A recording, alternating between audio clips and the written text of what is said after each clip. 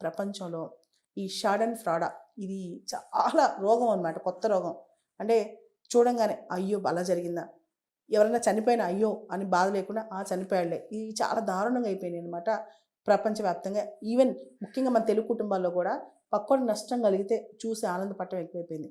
అసలు పక్క వాళ్ళ గురించి ఆలోచన, పక్క వాళ్ళ నష్టం గురించి ఆలోచించిన ఇవన్నీ పక్కన పెట్టేయండి. బ్రెయిన్‌లో ఒక డంప్ ఉంటదనమాట.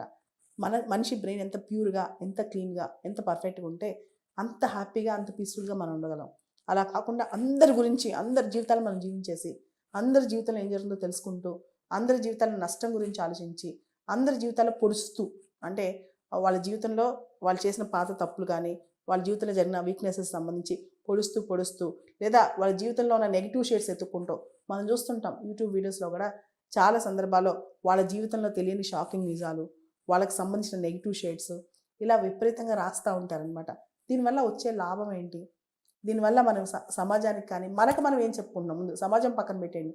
మనకు మనం ఎటువంటి రోల్ మోడల్ క్రియేట్ చేసుకుంటున్నాం? మన భవిష్యత్తు గురించి మనం ఎటువంటి పునాదులు వేసుకుంటున్నాం? సో, ఇక్కడ మన గురించి మనం ఆలోచించుకోవాలి. మన శక్తియుక్తుల గురించి మనం ఆలోచించుకోవాలి. మన పక్కవాడికి సహాయం చేయగలిగితే చేయాలి.